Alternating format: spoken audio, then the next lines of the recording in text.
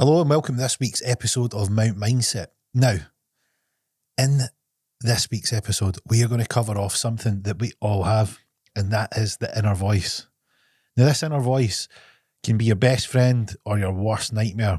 It can sabotage your dreams or can push you towards your goals. So what do you do to control that inner voice? Well, first of all, most people don't actually really recognize that it's a big part in their life. And one of the biggest ways that you can find out what's going on in someone's head is by listening to the dialogue that they have going on. And what that means is that what are the power of the words that you use inside your mind? Are they just chatter? Do they really matter? Do they have any impact? Or, are they completely powerful? What is the answer? And the answer is pretty clear, because there's certain phenomena that happens with us that shows that the power of the voice and the power of the mind is way beyond comprehension. So things like the placebo effect. The placebo effect is when someone thinks something, they will have, like, for instance, an idea that they're going to get better by taking a placebo, and because they think they're going to get better and the expectation is that they're going to improve, they do. And that's why placebos are 80% more effective than most pharmaceutical drugs, because it actually is the power of the mind and what your expectation is that can dictate your outcomes. So with the power of things like your health, why is it that people don't actually lasso this thing that goes on in their head? Because we all have it.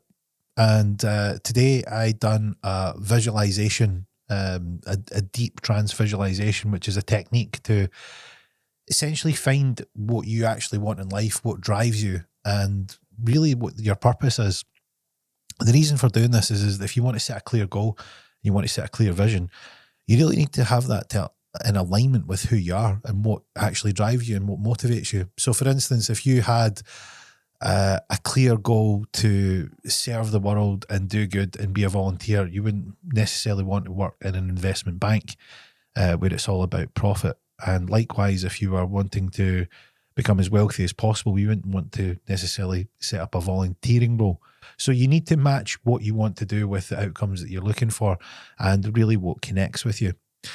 So when you're doing these things in life, like, how is it you can harness this internal voice? Well, the first thing you need to do is you need to do an audit, which is, what are you saying to yourself? And lots of people have that negative self-talk. You can be your worst critic, your worst nightmare, your worst enemy. You can come across in this sort of mothering tone where it's like, yeah, you shouldn't do this because if things are getting hard. Or it can come across as, what's the point in doing this? In a very defeatist. And then there's other things that you can say to yourself in the opposite vein, which is things like, come on, dig in, you can keep going, you can push through, you can get there. Or, look, just focus on this part and you can keep going. Things that drive you forward. So how is it that we're led into this idea that we can just listen to this negative self-chatter? And I think a big part of it is our environment. So from a point of view of our upbringing, we tend to listen to people that are around us. And if we're around people that are negative, we can pick up some of their language patterns. When you have these language patterns, they can be, you think that they're nothing. When you just say things like, someone like me won't be able to do that, or I just can't do it. And you think that doesn't really have impact. It actually goes deeply within your brain, and you start to believe this to be true. Just the same way, a bit in the reverse of the placebo effect, in that you can get caught up in this way of just sort of believing what you're saying. And this comes back to, it's essentially, beliefs is how you see the world. So you have a belief about things, and if a big part of your beliefs are the things that you're saying to yourself, it's really, really, really important to monitor what you say. So one of the first things to do is an internal voice audit, and that way you can find out the type of language that you're using. And a great example from today was the client that done the deep trance visualization. Before we started, we went through a sort of finding out what it was that they were wanting to get. Well, what's the outcome that you want here? They says, look, I just feel stuck because I'm neither in the past nor in the future, and I can't really see into the future. I can't really see what I want because I'm just here. I think the sentence was, I just find it extremely difficult to set a goal. So what I did is I said, write that down. Write it down and put the time next to it. Before we do this work, I'm going to take you on a little journey in your mind, and we're going to create a vision for the future. And by the end of it, I want you to have a look at what you've wrote down. So after 30 minutes, we went on this extremely vivid, extremely bright, and extremely enthusiastic adventure where you can project what it might look like if you had the ultimate year or two of your life. Where would you be? Who would you be with? What would your network be like? What does success look like? How does it feel to be financially free? How, who's in your network? Who's in your team? How big have you expanded? How many sales have you got? Whatever the metrics are, you can build it to suit whatever it is that you want. How do you look? How do your loved ones see you? Who are you inspiring? That type of thing. And these are the things that really, really make people tick. And then after 30 minutes on this huge, vivid, graphic, detailed visualization of what the future would be like. And then we've done a timeline where we worked out, what does it look at 2 years out? What does it look at a year out? What does it look like 9 months out? What does it look like 6 months out? And the idea is that any goal that you're looking to achieve is never made up of one giant leap. It's made up of many small steps. So what you want to do is actually take the big, huge gap that you have between where you're at today and where you would like to be. And instead of trying to do it in one big go, break it up into little segments. And then when you do that, what you have is much more manageable tasks and things that you can change as you go and adapt. Because you might not have the experience now to do a particular thing. You might need to gain that experience, but that experience might not be 24 months to get that experience. It might be a month or two. So you can set your targets to suit so that you're actually starting to make progress. And when you make progress, an important thing happens. When you do, you get extremely motivated because you find the art or the knack of setting a goal, accomplishing it, and feeling good about it is actually a great feeling because you feel a sense of growth, a sense of purpose, and you feel that you're working towards the thing that you set out to do. And this is why it's so important and so critical to know the language that you're using inside of your mind. How many people do you know that have said, oh, what's the point? Or I just can't be bothered, or I'm too tired, or, people like me don't get this and all this sort of thing. It's like, it's so negative and damaging to this momentum building machine that is inside your mind to create this energy to move towards the goals that you want. Because if you want the life that you actually truly aspire to, is it impossible to get there? But I think anyone would answer no. It's not impossible. It just might take a while, or it might take lots and lots of adapting, adjusting, and overcoming the particular challenges that you'll be faced along your journey. But the reason that you're faced with these challenges is that it makes it all worthwhile. Because if things were just easy, then it would take the edge off of the success that you would feel when you get there. That's why it's important to challenge yourself and to test yourself and to find the best version of yourself every single day, because you don't know who's looking up to you and you don't know who you're inspiring. So it's really, really, really important to make sure you're doing your best, not just for yourself, but also for the people that look up to you. And then in that way, when you're doing your best every single day, what happens is you don't make room for that negative self-chatter, that defeatist or victimhood mentality. Just get out of the way. It's doing absolutely nothing for you apart from making you feel down and making you feel negative. So get it out of the way, weed it out. And then when you set your targets on what it is that you want to achieve, you can actually see a clear path looking straight down the barrel of a tube where you can see into your future, and it's like you're looking completely aligned at what you plan to do. And that is the way that the successful people have always achieved great success. They have a goal, a vision of where they want to get to, and they will not stop until they get there.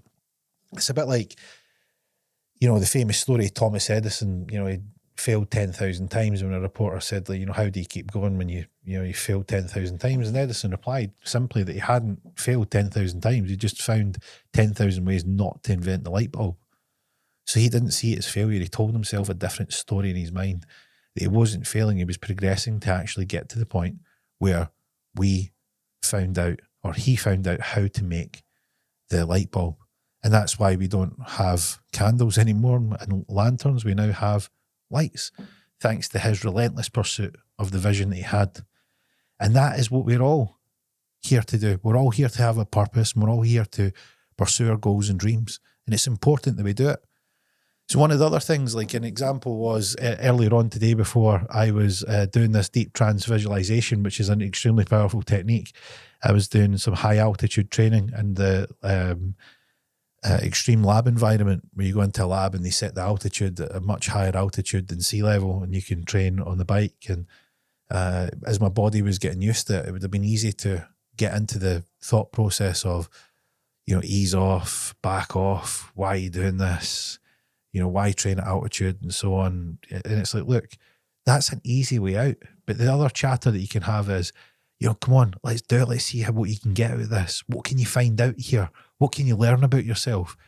How long does it take for your body to adapt? When will you start to see the improvements?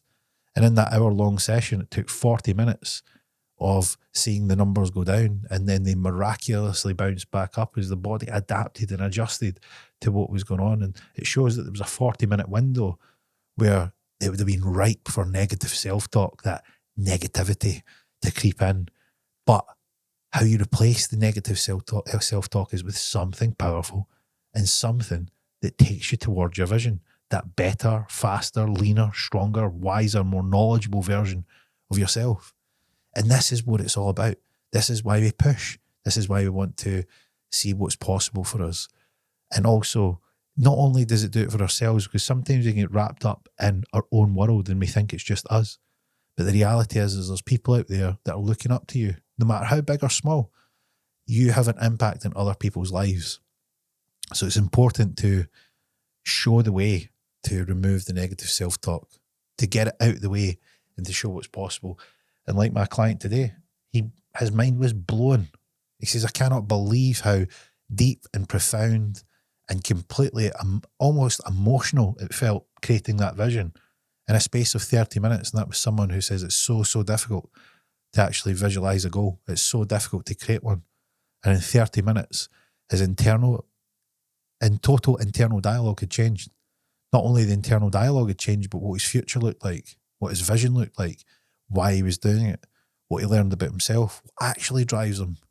And these are the things that you can find out by doing this work, because it's so easy to, in this day and age, jump on the phone, get on a doom scroll, get involved in, pointless chat, watch some Love Island, watch, just mind-numbing TV, and it just extracts your attention. It's like, look, put that aside.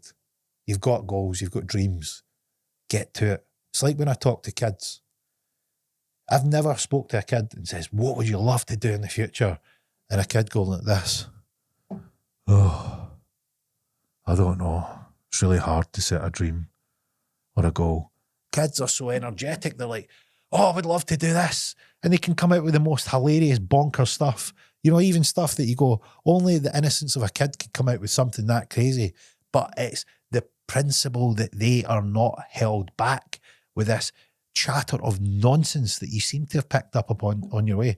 And when I'm doing work with clients where we're doing some hypnosis therapy, and we go into where they picked up this negative self-talk, what you find is there's always a point in their life that they weren't like this, and that they had a better version of themselves. They had a cleaner and more positive mind frame that was devoid of these negative incantations that they had picked up along the way and started to drive into their mind and believed was them. So what I would say to you is that if you do have any of these signs of negative self-talk, first things first, just recognize it's there, because most people don't even know. The second thing is start changing your perspective. And the way to change is ask yourself, what is it I do if I keep talking like this? How does this best serve me? And the conclusion you'll come up with is it doesn't. It's actually sapping your energy and ladling you with procrastination and making you feel down. So how do you change it? Well, my favourite way to change it, and there is many ways, but my favourite way is, what do you want if you could have anything? How would you like your life to look? and do the 180-degree turn and look at what you would like your life to be like. And build a vision, because when you build that vision, you know what you're aiming for and you know what you want. And when you know that what you want, you can start to look at the world and all the things it has in it and start to think to yourself, how can I get closer to that vision? And when you get closer to the vision, something happens. What happens is you start to recognize the things in the world that will draw you closer to your ultimate vision. And when you notice these things, you can then, importantly, take the right action to seize the opportunity, to take the gambles, to take the reach out, to make the connections, to go out there and put your name out there and see what it is that you can do to get closer to that ultimate vision. And that's the purpose of it. And the power of that creates the momentum, the upward shift, where you can get out of your own way and start to make a big impact towards your visions, goals, and dreams. So remove the negative self-chatter, pick a vision, and start filtering out the world to show the things that will take you closer to that ultimate objective. Because what you'll get then is things like more control over your life. You'll start to have better moods. You start to feel much better about yourself. You'll start to build self-confidence and self-worth. And you will, more importantly, start to move towards things in your life that are deeply important to you. And we're all unique, so they're not all the same. And what's right for you will just be exactly the thing that is right for the way that you see the world. But what is universal across us all is that negative self-chatter that you must remove at all costs to take away that drag on your results.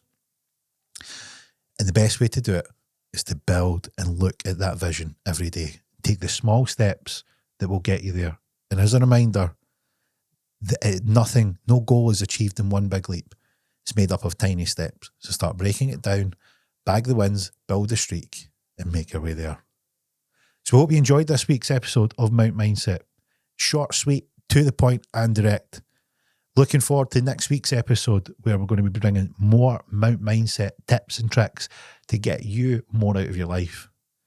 If you like this kind of content, then make sure to give us a follow, hit the like button, and be sure to subscribe. And from me this week, that's a wrap.